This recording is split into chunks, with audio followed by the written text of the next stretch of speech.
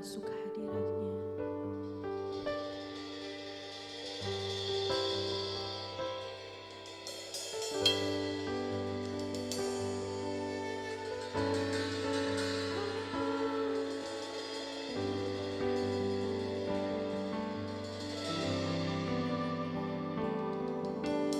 Masuk hadirat-Mu Tuhan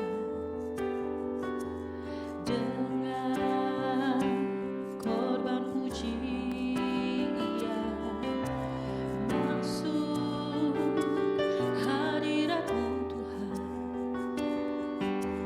hiaskan kekudusan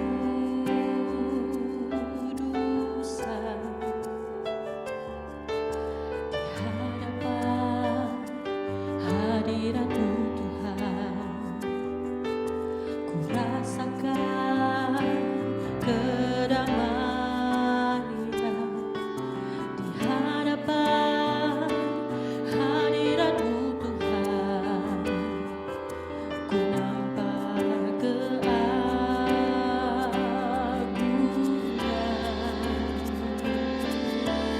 Yesus, ku sembahkan sujud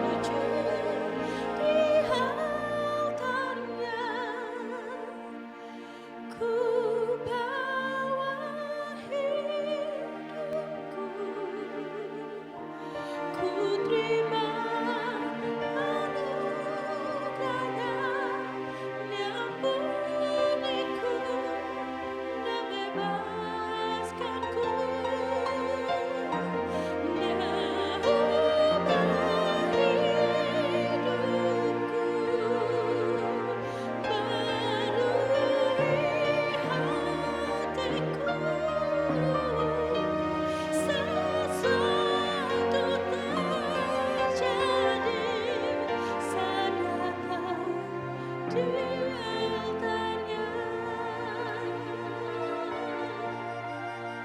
Mujizat terjadi saat datang di altarnya.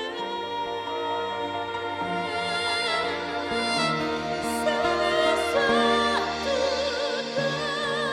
terjadi saat datang di altarnya.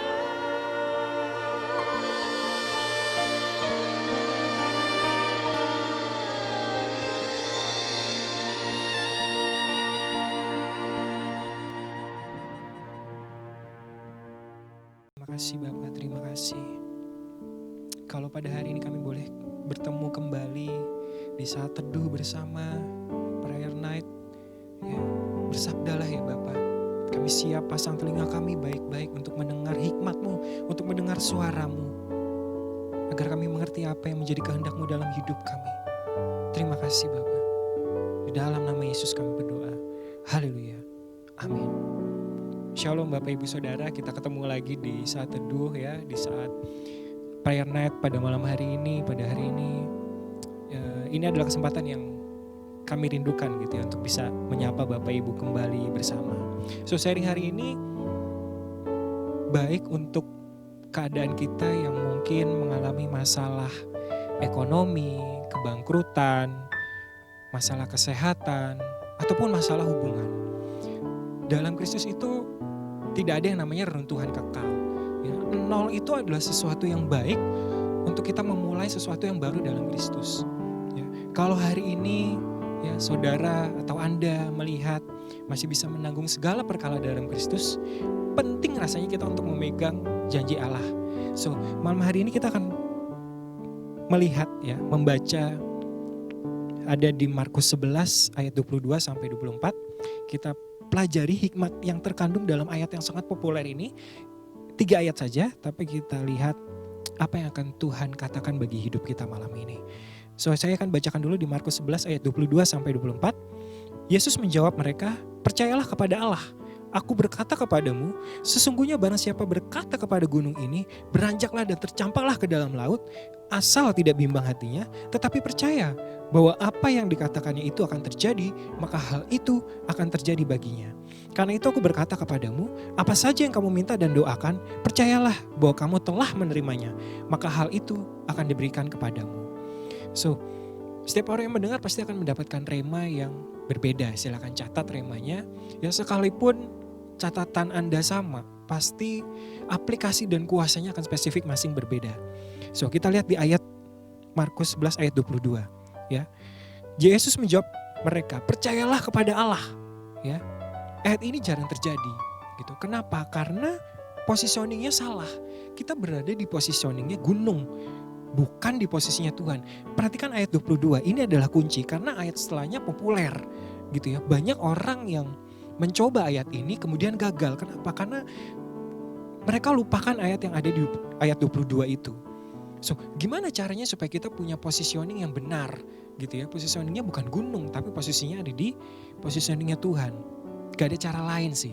Kadang kita perlu lepas dari segala rutinitas kita ya, dan duduk diam di hadirat Tuhan. Karena gini ya, sometimes kita bergumul, kita berpikir bahwa uang yang hilang, atau kita mengalami kebangkrutan, atau kita mengalami kerugian yang besar sekali, atau bahkan kita berpikir apakah uang yang hilang itu bisa kembali, ataukah bahkan sebaliknya kita bisa mengembalikan uang itu. Ya, gak ada cara lain sih, kita duduk diam di hadiratnya ya. Dan izinkan Tuhan bertanya satu pertanyaan kecil di hati Anda saat ini. Apakah semuanya itu terlalu besar bagi kata Tuhan? Ya. Apakah masalah kita itu terlalu besar bagi Tuhan? Ya. Di titik itulah kita baru melihat segala sesuatunya dari posisinya Tuhan. Gitu ya. Kita diubahkan melihat dari kacamatanya Tuhan. Terkadang panik itu membuat kita gak bisa melihat solusi yang Tuhan mungkin sudah sediakan atau Tuhan akan berikan.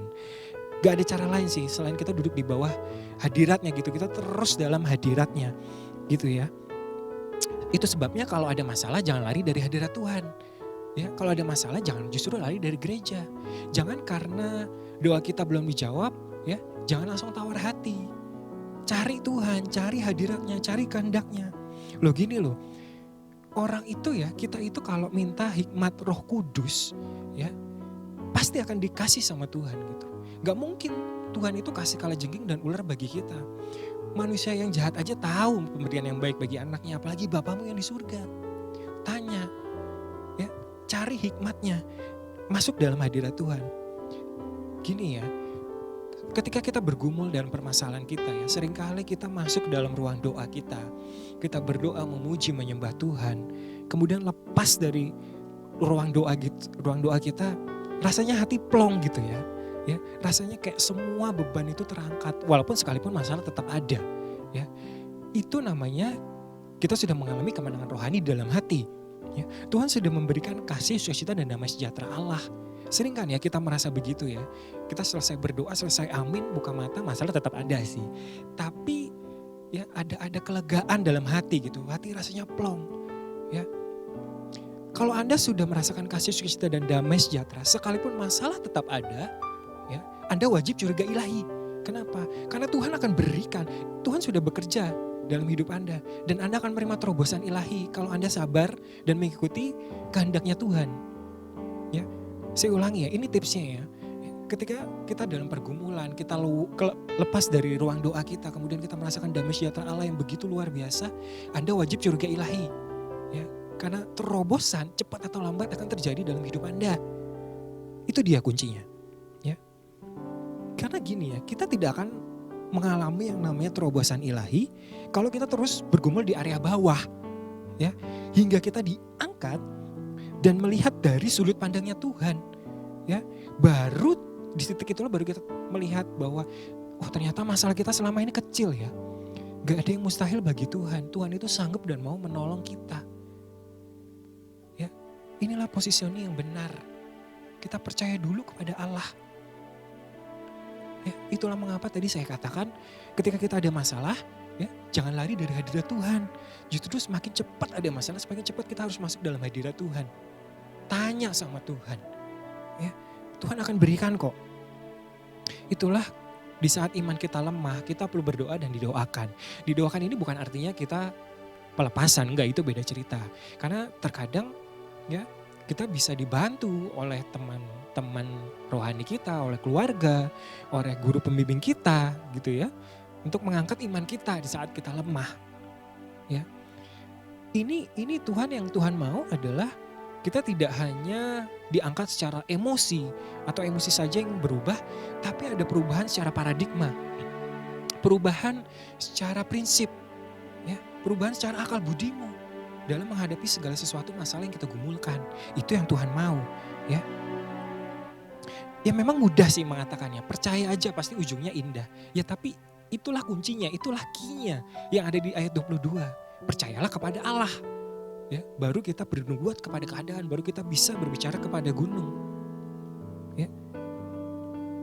Percaya itu enggak hanya di mulut aja, enggak, tapi dengan segenap hati kita, dengan segenap iman kita. Loh, bukankah inti dari kekristenan adalah percaya kepada Tuhan, percaya kepada satu pribadi, ya. Kita percaya janjinya akan tergenapi dalam hidup kita. Ya, kita percaya bahwa kepadanya diberikan kunci kerajaan maut. Barang siapa yang tidak percaya kepadanya akan binasa.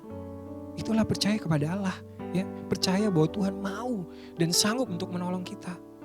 So kita lihat ayat berikutnya, ya, di ayat 22:3. Di ayat 23 saya bacakan, aku berkata kepadamu, sesungguhnya barang siapa berkata kepada gunung ini, beranjaklah dan tercampaklah ke dalam laut, asal tidak bimbang hatinya, tetapi percaya bahwa apa yang dikatakan itu akan terjadi, maka hal itu akan terjadi baginya. So kita lihat, dia bisa berkata kepada gunung karena di posisinya Allah, dia bukan Allah. Tetapi dia di posisinya Allah. Tetapi percaya apa yang dikatakannya itu terjadi. Firman Tuhan yang ada di mulutnya sama kuatnya dengan firman Tuhan yang ada di mulut Allah. Ya, kalau saya boleh tarik secara profetik, gunung itu berbicara mengenai obstacles, halangan antara kita dengan Tuhan. Catat ini ya, halangan itu bisa berupa dosa. Sesungguhnya tangan Tuhan tidak kurang panjang dan telinganya tidak kurang tajam untuk mendengar kita, tapi yang memisahkan kita adalah dosa kita. Ya, akui, cepat minta ampun, cepat beresin kalau kita ada dosa. Gini ya, dosa itu selalu sifatnya berlawan dengan kekudusan, dengan Allah, dengan Tuhan itu sendiri. Itulah sebabnya kalau kita berdosa atau kita habis berbuat dosa, rasanya ada perasaan tertolak gitu ya, ada rasa kayaknya gak layak masuk dalam hadirat Tuhan. Cepatlah beresin, cepatlah akui di hadapan Tuhan, minta ampun di hadapan Tuhan, dan berjanji tidak akan mengulanginya lagi. Cepat beresin dosa itu, karena itu akan menjadi obstacles atau halangan kita ya dengan Tuhan. Ya. Selain dosa, obstacles juga bisa berbicara mengenai beban. Gitu ya. Seringkali kita bawa beban-beban yang sebetulnya gak perlu sih, gak perlu kita bawa. Kita pakai kuk yang salah. Harusnya kita pakai kuk bersama Kristus karena rasanya ringan, bukan? Ya. Rasa bersalah itu juga beban bagi kita. Loh, gimana ya kita bisa mengalami terobosan ilahi kalau kita pun masih terseok-seok gitu ya, masih bawa beban yang harusnya udah kita lepas. Udahlah, lepaslah beban itu. Ya, kita pikul kuk bersama Kristus. Pasti dengan itu kita bisa mengalami kemenangan dalam Kristus. Selain itu ya, kalau saya boleh berbicara secara profetik, gunung juga berbicara mengenai kehebatan Tuhan, kehebatan Allah. Ya, Tuhan mampu dan sanggup untuk melakukan kegiatan atau yang extraordinary gitu ya. Itu loh mindahin gunung, gimana caranya mindahin gunung. Itulah sebabnya, itulah tandanya kalau Tuhan bersama kita dan kita bersama Tuhan, kita mampu melakukan sesuatu perkara-perkara yang extraordinary. Itulah maksudnya ayat 23, bagaimana caranya memindahkan gunung. Ya, Tuhan mau kita memindahkan gunung, mencapai ke dalam laut supaya Tuhan ada hubungan yang erat dengan kita, dengan Tuhan. Itulah maksudnya, itulah hikmatnya. So, kalau kita lihat kenapa ya di situ di ayat 23 harus gak boleh bimbang. Ya gimana kita mau percaya, kita mau imani kalau hati kita bimbang. Kenapa bisa terjadi bimbang? Karena kita gak ngerti, kita gak tahu apa yang menjadi kehendak Tuhan. Karena itu minta hikmat Tuhan, minta hikmat Roh Kudus. Supaya kita dapat penjelasan gitu ya, kita dapat mengerti. Walaupun setitik-setitik, tapi kalau itu dari hikmat Roh Kudus, percayalah itu akan berguna bagi hidupmu. Loh gini ya, manusia itu kita itu sering pengennya tuh dapat firman yang fenomenal. Ya, kalau kita berdoa maunya firman yang wah gitu ya. Gini ya tipsnya ya. Kalau saat ini kita belum mendapatkan janji Tuhan yang baru, janji Tuhan yang lama masih relevan bukan? Seandainya pun kita belum dapat janji Tuhan, bukankah perintah yang tertulis dalam Alkitab masih relevan sampai sekarang? Loh, jangan berbunuh, jangan mencuri, jangan ada saksi dusta dan sebagainya. Itu yang kita harus lakukan. Ya. Jangan karena kita berdoa kemudian Tuhan suruh bersyukurlah, lalu kita menolak kepada Tuhan. Loh, ini apa maksudnya Tuhan? Kok aku disuruh bersyukur? Jangan. Itu tetap firman Tuhan. Pasti Tuhan ada rencana atau ada maksud bagi hidup Anda. So kalau kita lihat di ayat berikutnya, di ayat 24, ya, kalau kita lihat dari ayat 22 sampai 24 selalu muncul kata percaya. Lihat apa saja yang kamu minta. Ya. Nah kalau kita lihat tentu saja ini artinya tidak bertentangan dengan Alkitab konteksnya atau bertentangan dengan kehendaknya.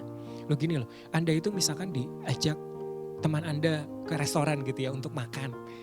Kemudian teman Anda berkata, ayo silakan makan dan pesan apa saja. Kan gak mungkin Anda lalu pesan misalnya pensil atau bangku untuk sebagai hidangan penutup dan pembuka. Tentu saja gak begitu.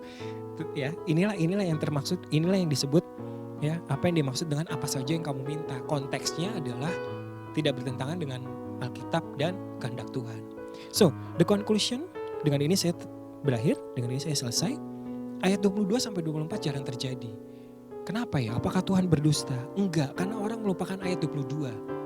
Ya, sebelum bicara, percayalah kepada Allah. Believe then you speak. Not you speak, hopefully you believe. Aku berkata-kata, aku percaya. Ya, aku percaya. Lalu aku berkata-kata, kata Paulus. Bukan aku berkata-kata, moga-moga percaya deh. Gak begitu.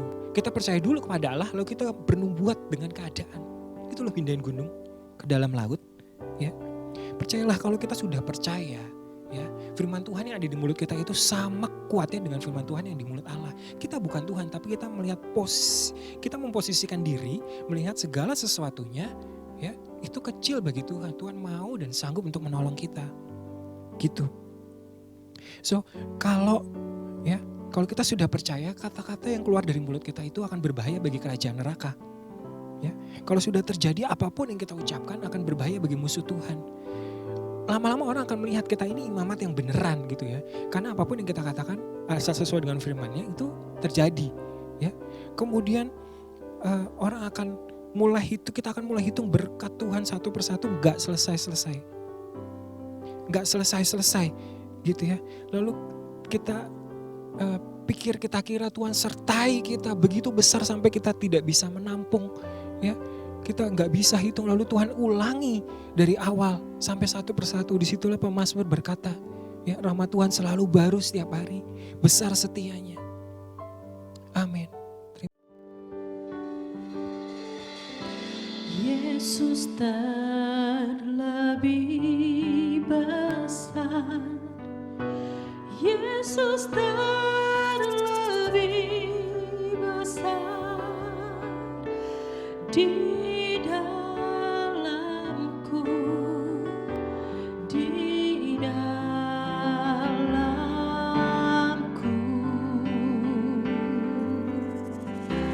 Yesus terlebih besar, Yesus terlebih besar di dalamku selama-lamanya. Yesus terlebih besar, Yesus terlebih besar di dalamku, di dalamku. Yesus terlebih besar, Yesus terlebih besar di dalamku selama-lamanya.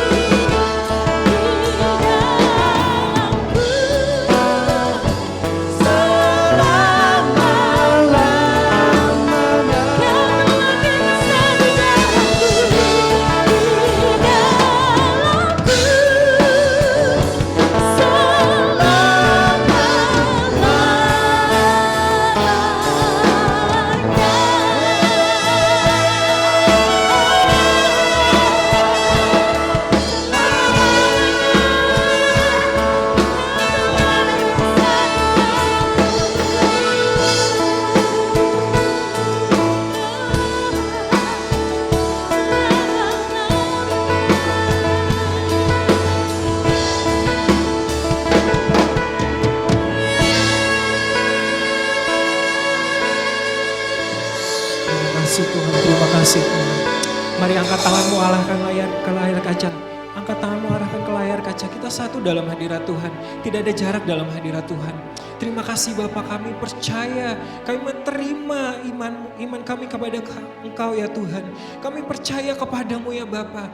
Saat ini kami angkat tangan kami ya Bapa. Kami siap menerima terobosan ilahi ya Bapa. Sekalipun masalah tetap ada, sekalipun pergumulan tetap ada, tapi kami percaya Engkau akan memberikan terobosan ilahi bagi kami ya Bapa. Kami berdoa saat ini ya Bapa, bagi siapapun kami yang mengalami kebangkrutan ekonomi, kesulitan finansial, saat ini memutar balikan titik balik ya Tuhan. Walaupun ada yang progresif sekalipun, tapi itu perubahan menuju arah yang lebih baik. Kami percaya kami memegang janji-Mu ya Tuhan. Kami juga berdoa untuk siapapun yang saat ini sakit, berkati ya Bapa. Ada jamahan Roh Kudus tercurah saat ini ya Bapa. Terima kasih Bapa, terima kasih. Kami ingin lebih lagi mendengar suara-Mu ya Bapa. Mendengar isi hati-Mu dalam hati kami. Terima kasih mengerti kehendak-Mu bagi hidup kami. Terima kasih Bapa, terima kasih. Di dalam nama Yesus kami berdoa. Haleluya. Amin.